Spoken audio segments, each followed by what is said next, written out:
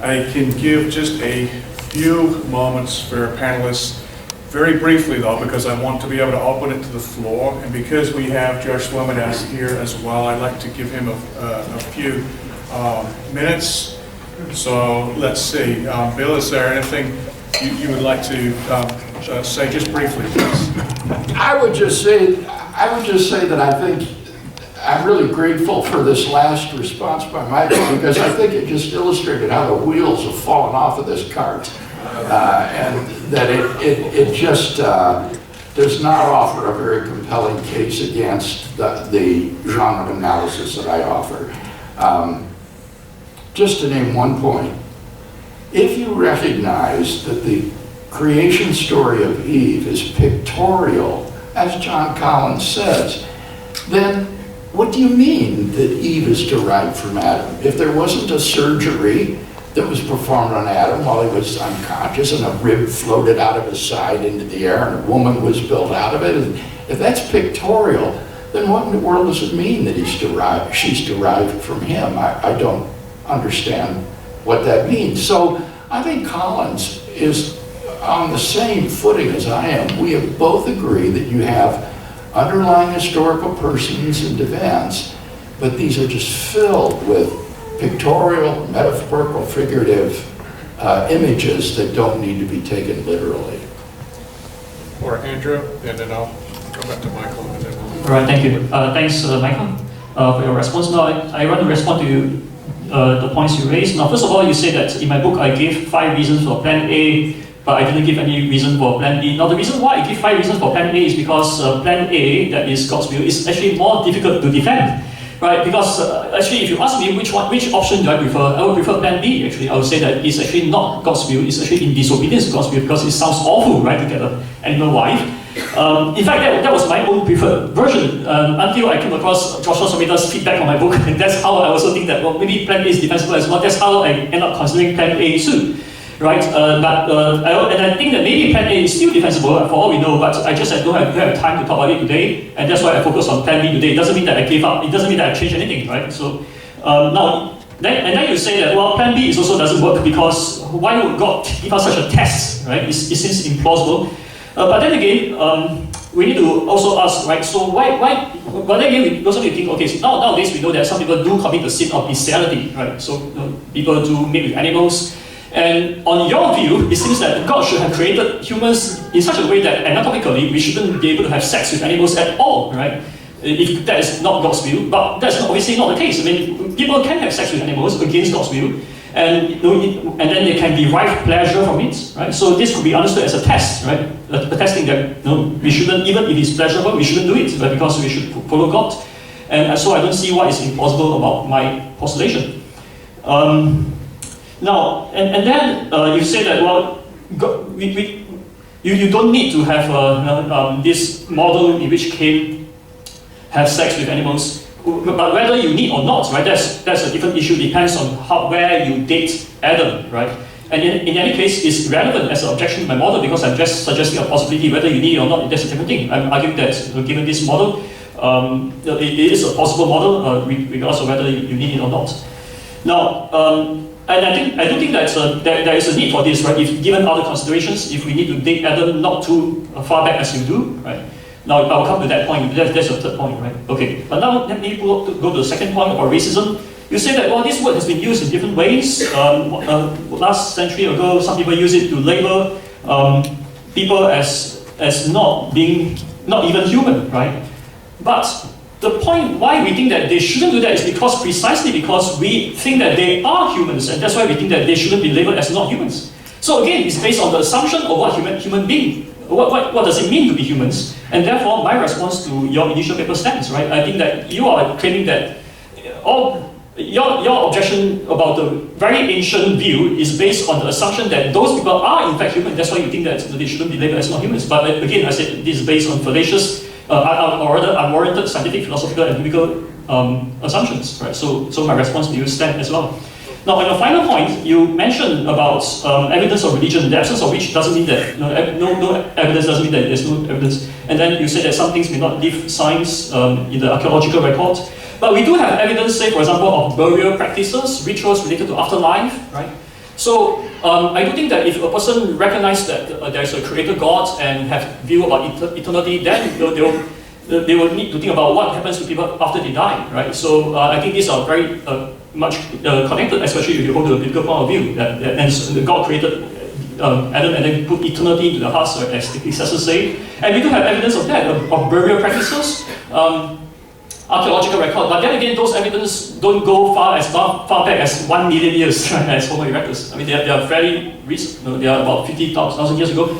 Now, that doesn't entail that, therefore, these people are aware of image, they are aware of creator God. So having belief in afterlife doesn't entail belief in creator God. But I do think that having capacity for belief in creator God does entail having belief of afterlife too. Okay, so I think that this evidence does create problems, but does falsify your model, I think. All right, and just very briefly, because... Yeah, okay, so Collins has confirmed with me that the pictorial language and the literal language, the mix of the two, regarding Eve derived from Adam, is consistent with Eve actually being derived from Adam. That is, that Adam was missing a part. You know, and in terms of the cartoonish, depiction of the floating rib, you're committed to the possibility of a genetically modified organism, Eve, which would involve molecules floating through the air or suddenly changing. For God to be a genetic engineer would require a microsurgery. So why is microsurgery not fantastic, but macrosurgery is? I think that's arbitrary. Now, regarding Loke... Michael, it is contrary to professional etiquette to cite private communications that are unpublished and therefore not available for documentation. When I was in forensic debate activities, for example, one of the things that you could not do is appeal to anecdotal evidence. Like, I got an email from Collins where he says this. You need to appeal to published work that's available to all of us and not to private anecdotes. He was summarizing his publications. He was summarizing his public available language, and he approved it being used because it was summarizing what he had published. Then you need to base your case. Yeah, I'm sorry I didn't make that clear. Publications, I didn't make that clear, but he himself was saying it was based on his own public publications. Yes, but in saying he says this, you are appealing to this private communication rather than... Well, I'm just saying this private materials. communication points to the public publications. Right, and so it amounts to the base same your thing. argument on those public publications. Yeah. And not on what he told you personally. That's a violation of professional And etiquette. Collins didn't think it was a violation. Well, of course not. He was talking to you personally. No, No, he gave me permission to share it with that group. So I'm gonna gavel this because there's a lot of people with questions, and that's more of a personal issue. Yeah. I would, because he's president, I would like to ask Judge Swamidas to just come up and make a few remarks. Again, go short, because we want to give people in the audience the time for their questions. Come up here so they'll get on the recording, please. So I'm speaking with very little preparation. I'm going to make this very brief. First of all, I just wanted to thank everyone here for engaging in this work. I think this is really important for the church. And if we can give them a hand again, too. It's so important. I think this is also the fun of it. We're dealing with things that are part of the reason why I think, there can be emotions that kind of come to the surface, things like that, is that we're talking about what it means to be human. This is important stuff. This is, these questions about Adam and Eve are kind of like the crossroads of so many important issues in theology. So this stuff matters, and we have different opinions on it, and it's good for us to be going back and forth debating it. So I just want to thank you for that. Thank you also for joining this conversation too, Michael. I'm looking forward to seeing your book and where you're going with that. I do want to point out on a framing level too, that I do think that there is a really critical wing, I wouldn't even say single voice, a large number of people that really should be part of this debate. This is, I think, a fairly narrow debate in important ways. Like, there's several views that I think everyone on the panel, Michael, Bill, Andrew, John, are in entire agreement with. So things like, they would agree that the image of God is unique to Adam and Eve's lineage. Not everyone agrees with that. They would all agree that the image of God is essentially a substantialist or structuralist sort of view of the image of God. I'd say the majority of exegetes disagree with that. Actually, Collins is kind of in that view too. I'd say the majority of exegetes, this is my interpretation, people can disagree with that. I'm just saying that's a pretty large community that needs to be included in this. Actually, I hold the functionalists as well. I know that, but I think I'm still clustering you for this, and I think it's a fair cluster because I think in a lot of ways we're theologically seeing how far you could take that type of view forward, versus there's an entire different approach to the image of God that completely changes the calculus here. And I mean, I actually find myself agreeing with some of the, and many of the criticisms being leveled against Craig and Andrew, on the level of thinking, well, I just don't think that's the best approach. I think there's a better approach. I think it's still a faithful approach that's consistent with Scripture, might even be internally coherent, and I understand actually the value in the church of those ideas that we discussed. But I really do think that we need to be thinking about how to engage with this, maybe like a kind of like the second camp. That's a pretty large camp of approaches that are more similar to what was in my book. That's the only thing I'd say. And just briefly, it's the idea that either you take the image of God as entirely vocational, or the image of God comes before Adam and Eve, and that decouples this idea of humanness from when humanness arises from when Adam and Eve arise in history. If you decouple that, that really alleviates most of the tension with science. It also allows you to kind of, like you were saying, I also hold that humans were interbreeding with non-humans. That is categorically false. I entirely reject that. I say that Adam and Eve's lineage was breeding with non-endemic people who were fully human. They had equal humanness with them. And so there may be criticisms of my work. That is not a valid one. That is just a categorically false criticism. And I think there's a lot of reasons. I could be wrong. We could debate those. But I think that position is really worth having alongside these as we're kind of working this out. So that's it. All right, thank you. So I'm asking Dr. Nathan French here to help with the general question and answer period. One thing I would like to say is make sure that your question is actually in the form of a question and not just a personal statement that you would like to make. Also indicate if the question is for a particular panelist or for the panel as a whole. But other than that, I'm going to let Dr. French take over. Thank you. All right, good afternoon, or should I say good evening? Yeah? All right, question, yeah, let's go for it. What? Wait, no? Do your 2-minute talk first. Do we still have time for that? Yeah. Yeah, all right, I'm sorry. Okay. I wasn't sure, okay. Hold on, I'm going to come back to you, okay? So I have a 2-minute spiel I get to do too, I guess, so. Good afternoon, my name is Nathan French. I'm one of the co-authors with Dr. Keyes and Dr. Luskin, helping to bring the scholarship of the Hebrew Bible in the Near East to our book on the historical Adam. Thank you all for your wonderful discussion here today. To use the words of C. John Collins, I want us to consider what new scenario might come to the fore if we examine certain studies and topics within the domains of Hebrew Bible and Near Eastern studies relevant to the historical Adam in Genesis 1 through 11 that are, I think, currently missing from this discussion. So, for example, Divine Embodiment by Benjamin Summer in the Greater Near East and the Hebrew Bible would elucidate its centrality as a motif in Genesis 1 through 11 and provide further clarification on definitions of genre for Genesis 1 through 11. Furthermore, Hebrew Bible motif of humans as the images/idols of the Lord, Genesis 1 through 11, is quintessential, as we have heard so much here, to understanding the meaning of the first man and woman, not to mention for understanding the purpose of humanity in Genesis 1 through 11. I think of Catherine McDowell's work, which would be integral here. Additionally, said motif in Genesis 1 through 11 is foundational for the continuance of the theme of divine sonship within the Pentateuch as an Israelite critique of the ritualistic creation of idols and images in the Greater Near East.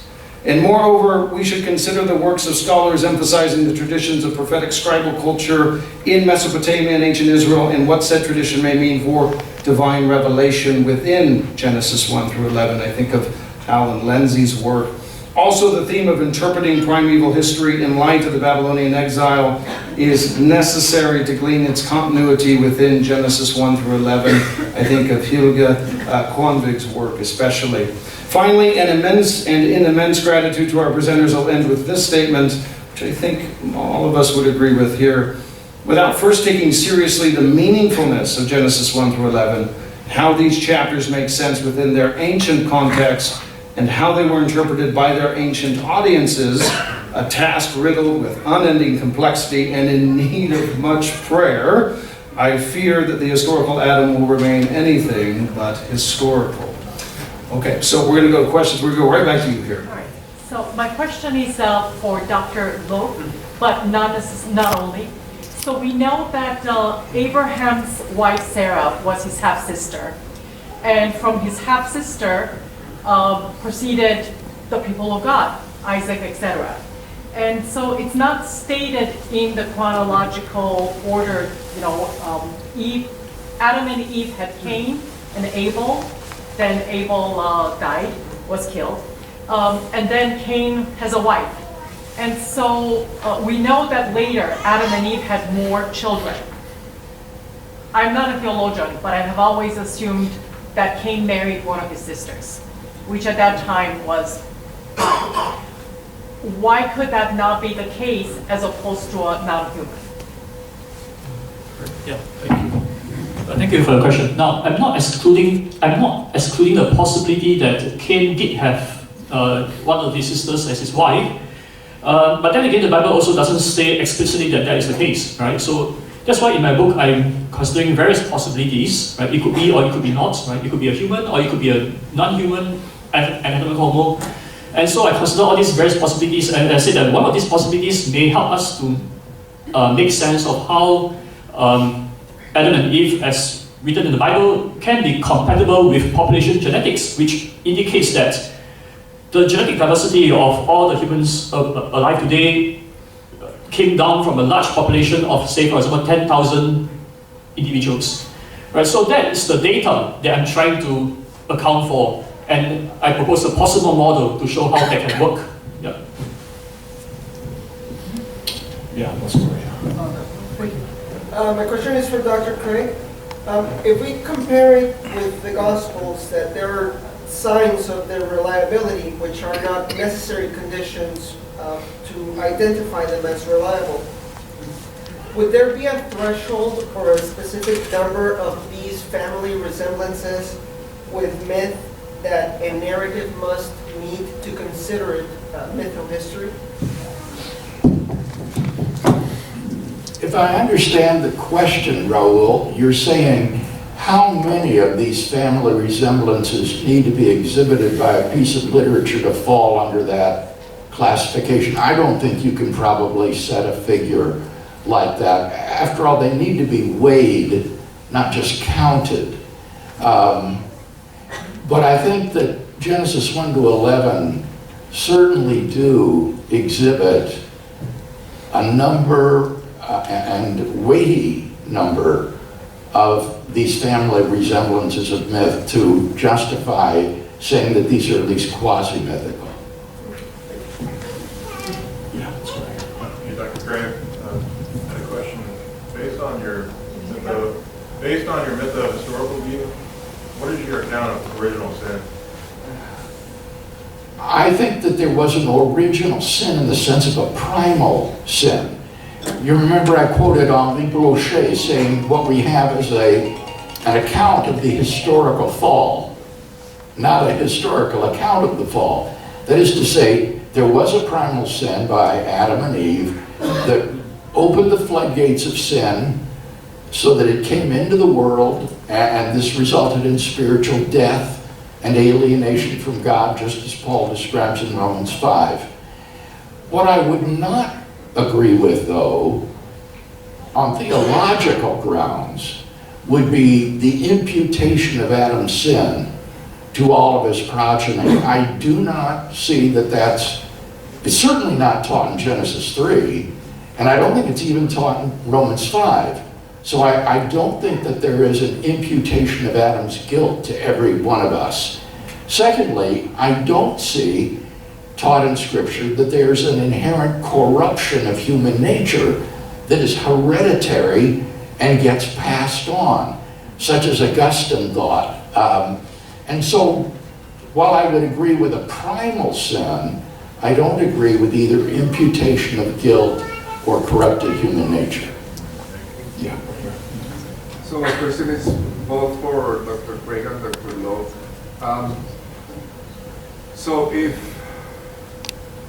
what you just said, like the sin is not hereditary, why not the model of Genesis 1 when it says God created mankind or humans as his image, male and female? Why not that be God's image and not in Adam and Eve as so Adam and Eve as representatives, not as the one that only have God's image? Am I understand? So why not that model? If it is not hereditarian, and that will save the problem of intervening with non-humans. Because you have a population, in evolutionary theory, you have a population of humans. This relates to Michael Key's allusion to my comment that we need to understand Genesis 1 to 11 in the context of the whole Pentateuch. And the point there was not to be applying these family resemblances elsewhere in Scripture. The point was, what is the purpose of this primeval history? Why is it there? Why not just begin with the call of Abraham and the history of Israel? And I think that commentators on Genesis are fairly well agreed that the purpose of the primeval history is that it is a preface to the Pentateuch as a whole to emphasize the universality of human descent from Adam and Eve, that this was the primal pair that God created, not just a selected pair, but the founding pair of the human race, and that thereafter sin and death and judgment and grace and the whole narrative evolves from there. So this is more detailed in the book, but I think it's that universalizing interest of the primeval history that should lead us to think that Adam and Eve are the primal founding pair of humanity. Yeah, thank you. Oh yeah, hold on one second. He's going to... Yeah, because you also asked me. Right. Thank you for your question. Now, the main motivation for my view is actually, one of the main motivation is in Romans chapter 5. It says that sin enters the world through one, right? And that's the reason why I hold to Adam and Eve as the soul, not soul, I mean, as the one, as God's image bearers and from whom all descend, right? I don't hold to imputation of guilt as well, I agree with Dr. Craig, but I do hold to a view of there's a corruption of human nature, corruption of the image, right, that comes from Adam and Eve. And that's the reason why I hold to them, right, and they are, and then not saying, and so I hope that answers the question. Thanks. Good. Thank you.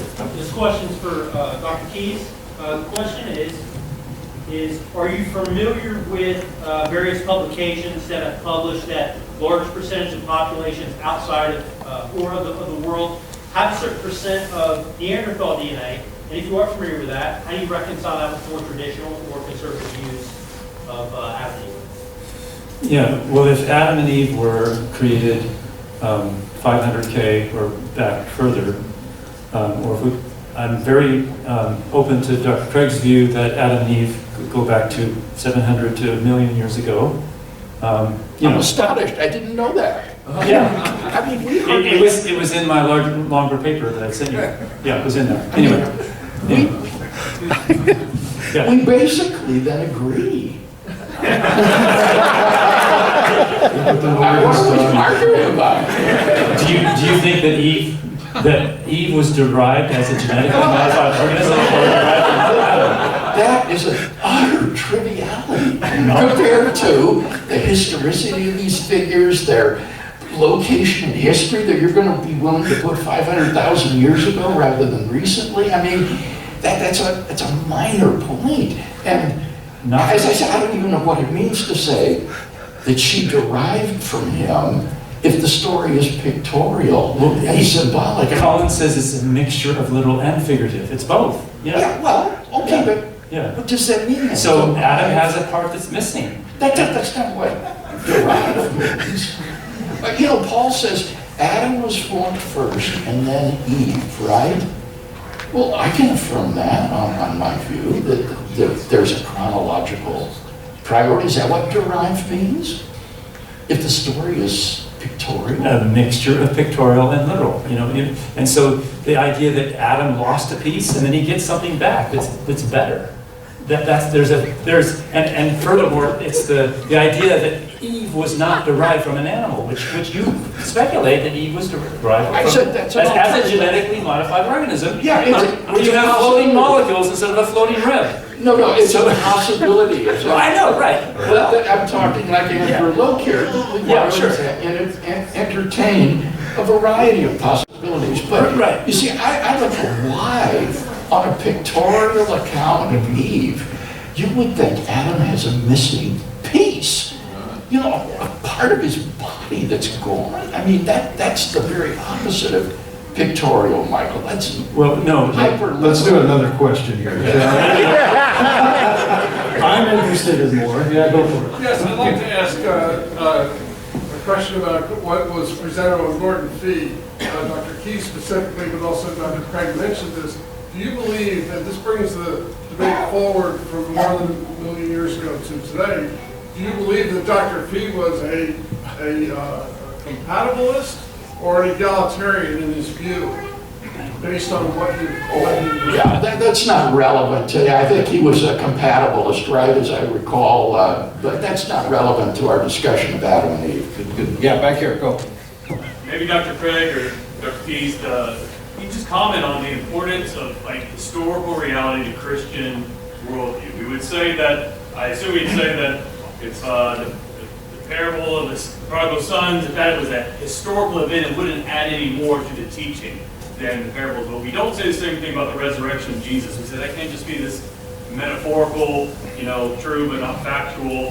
When we think of whether it's Jonah, Job, Genesis 1 through 11, the importance or not of this connection to history. How does the Christian worldview, how do you weigh that?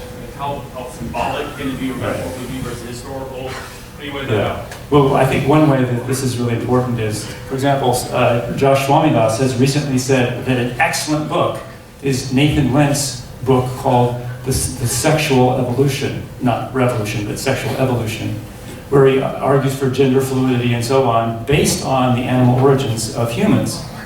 He said it on X, I've got a screen capture of it. Well, wait a minute. Wait, let me finish. Now, obviously, he probably didn't mean all of the book was excellent, and you can nuance that and so on. But the point is that the theological resources for current gender theology, biblical theology for biblical manhood and womanhood, not even getting specific enough to your issue, but just in terms of the transgender issue, I think that Eve derived, if Eve were a genetically modified organism from an animal, God would also have to erase the genetic tendencies to engage in acts that are well documented in natural history in terms of same-sex and multiple mates. So it would involve a lot of genetic engineering, Bill. It's not just a few molecules, okay? It would involve a lot of genetic engineering. And so, I just think that that's an example of where it's important for a current Christian worldview. Dr. Craig, did you want to respond to the question back here, or no? Was that to both of them, or just to Dr. Keyes? It's right in the front. Yeah, go for it. For Dr. Keys, if you could help me understand if Eve was made de novo or just out of nothing, do you still consider her a GMO? Or I think I misunderstand why she's a genetically modified organism if she's made just out of nothing and placed with Adam. Well, the GMO comment was from Dr. Craig's book, that he speculates as one option, of course not the only option, but one of the options, and that would involve microsurgery, if you will, that you couldn't visibly see, as opposed to a macrosurgery with the rib removed. But the Eve derived from Adam would involve Adam missing a piece and then God building Eve in such a way that she was, she was not like the whole point was she was not like the animal. She was not derived from animals. She was derived from a human. And so human sexuality, the conclusion of that historical narrative argument is therefore marriage with one mate, ideally, and as opposed to animals who have multiple mates. Yeah, back here. Dr. Craig, just following up on a previous statement that you made, you said you don't believe that Adam's sin was imputed to humanity. So I'd just like to ask you, what do you think was passed on, since we read in Genesis 3? This is really a great question. All of sin and fall short of the glory of God. I'm very attracted to Thomas Aquinas' view of the effects of the fall.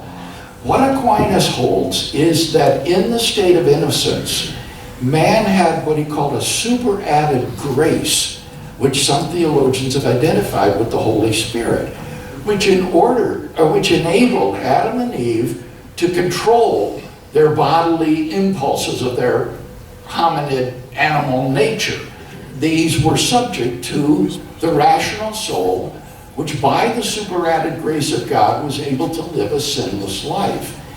But when they sinned, this superadded grace was withdrawn from them, so that they were no longer able to control those animal appetites of their physical body, which then lead to selfishness, sin, and all the rest of the deficits of sin. So on this view, human nature is not depraved, but it's deprived.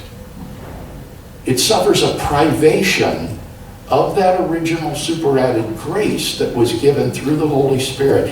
And that enables you to get this sort of hereditary nature of sin, why all people instinctively sin, but without the bizarre idea that a morally corrupt nature could be passed on genetically, like St. Augustine thought, that somehow through sexual intercourse, sin is passed on, which is just bizarre, I think. But so look at Aquinas' view on this. Good. Thank you. Yeah, in Genesis 1, Genesis 2, it says that God created everything according to its kind, so a seed and a tree, the plant is there. Same thing with male and female animals, everything according to its kind. And then God created Eve by taking genetic material from Adam. And Adam says what? This is bone of my bone and flesh of my flesh. My question is for Dr. Loke. Where do you come up with the idea that there was something else outside that God created that human beings could procreate with, if everything was created according to the kind that they were made to? Thank you for the question. Now, first of all, this phrase, according to the kinds in the Hebrew, lamim, if you read an article written by Richard Hess, Old Testament scholar, published in the Biologos website, it clarifies that what it means is that God created various kinds. It doesn't mean fixed kinds, right? So it doesn't exclude an evolutionary picture. Now, as to your question.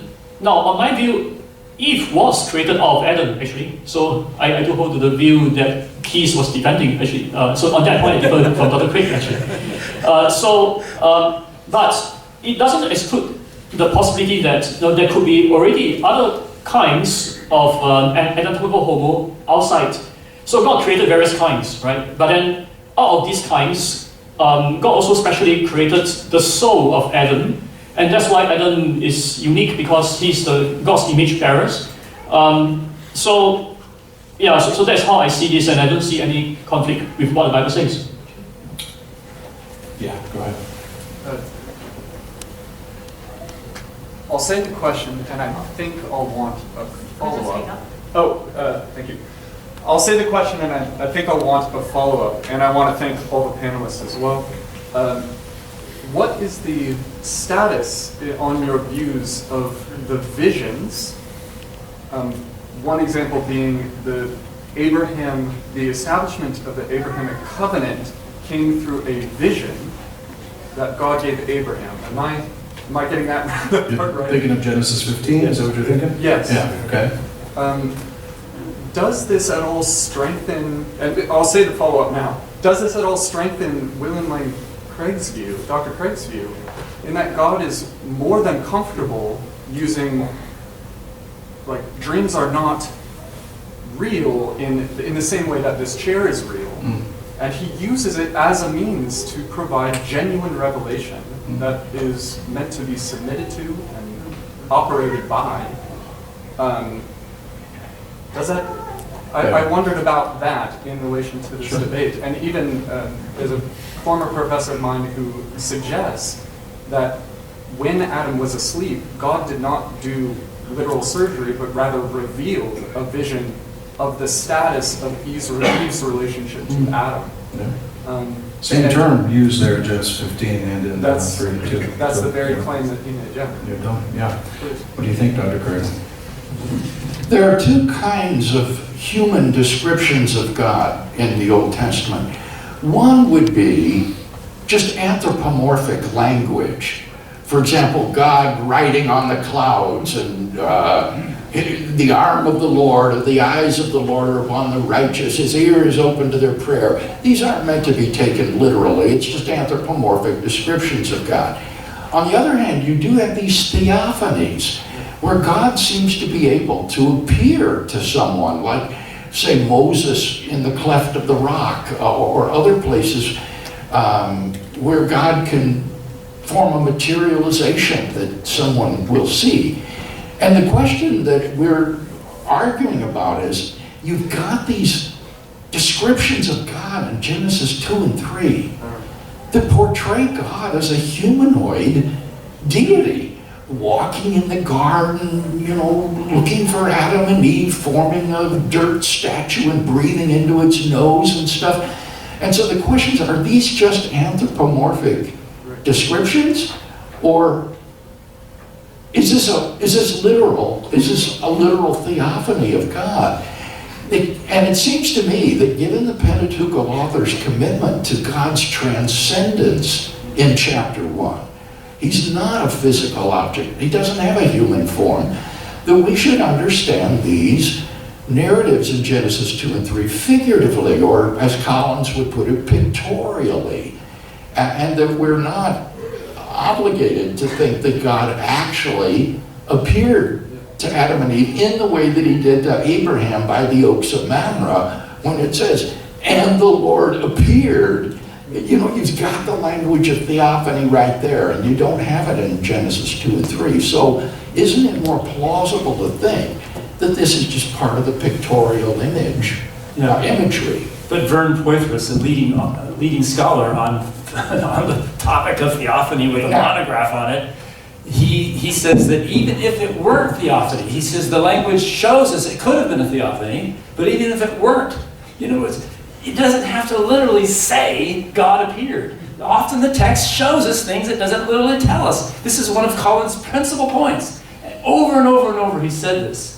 And you insist, it seems, you have to literally tell God appeared or something similar, something similar language. And oftentimes God can show without telling. And then Poythress says even if it wasn't a theophany, he still thinks, like Collins and me, and even Loke, that Eve was derived from Adam's side. Adam had a missing part. Whether it's macro surgery or microsurgery, we're just talking about different levels of surgery. And so you're open to the micro, but apparently not the macro. Unfortunately, we're out of time, I think. Dr. Keyes, would you have supper with me? Sure. She wants to have supper with me. She's the winner. She's my wife. All right, let's give our panelists one last round of applause.